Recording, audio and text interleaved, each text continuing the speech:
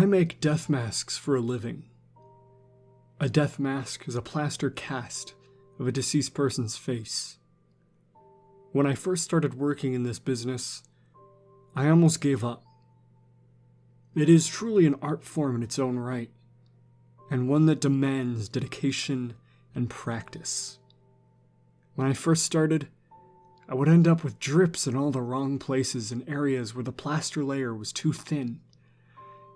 Eventually, I became good enough to eke out a living.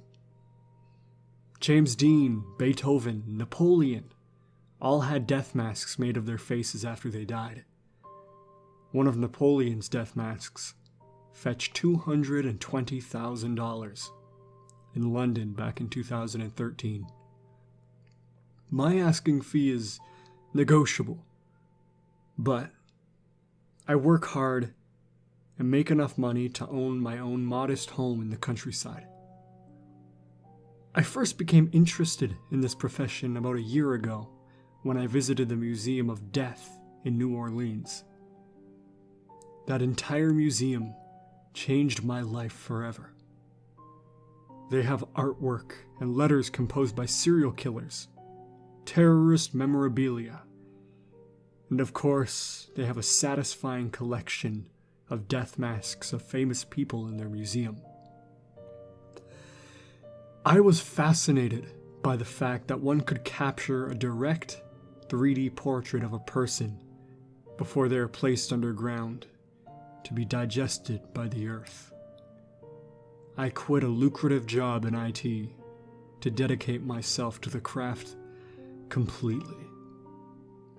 Recently, some fancy MIT professor figured out how to make death masks with a 3D printer without the need for a dead body. They are simulated death masks.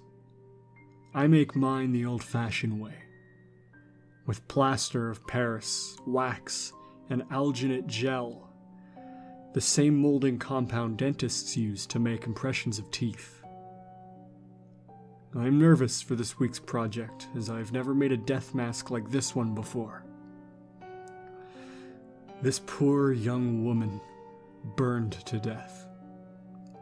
I logged onto the server I bought off eBay that I dedicated solely for web traffic for my business. The server is protected behind so many firewalls and proxies, it would take hours of work to ever trace it. And you can only trace it if you know what you're looking for. This week's client is a Japanese businessman living in Canada. He is a repeat customer. I understand he likes to place the death masks on his wall, interspersed with his traditional Japanese mask collection in his living room. This one is going next to the Oni mask. Oni masks already look unsettling on their own, so visitors don't necessarily question why there are literal faces of death sculpted in plaster in his living room. He also paints the death masks with decorative designs, so visitors figure it to be just another art piece for some obscure Japanese tradition, and don't want to ask culturally insensitive questions. Coincidentally, the 10th century Japanese dictionary, the Wamyosho, originally defined Oni as a soul or spirit of the dead. So, this mask will be right at home next to the Oni mask. I logged onto the server to send him the video I made of me holding a lighter to the gasoline-doused woman. They always want the video first, even my repeat customers. I suppose they want to verify that they're getting the real deal. I will then ship him his souvenir. As I said, I am nervous for this week's project. This is my first time capturing a burning death.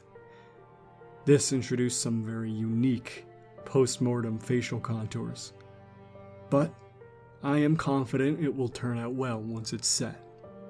I've become good enough to be able to set and produce quality work, even with my subject screaming and shaking their heads violently. Now, if you'll excuse me, I have to go check on the progress of the plaster.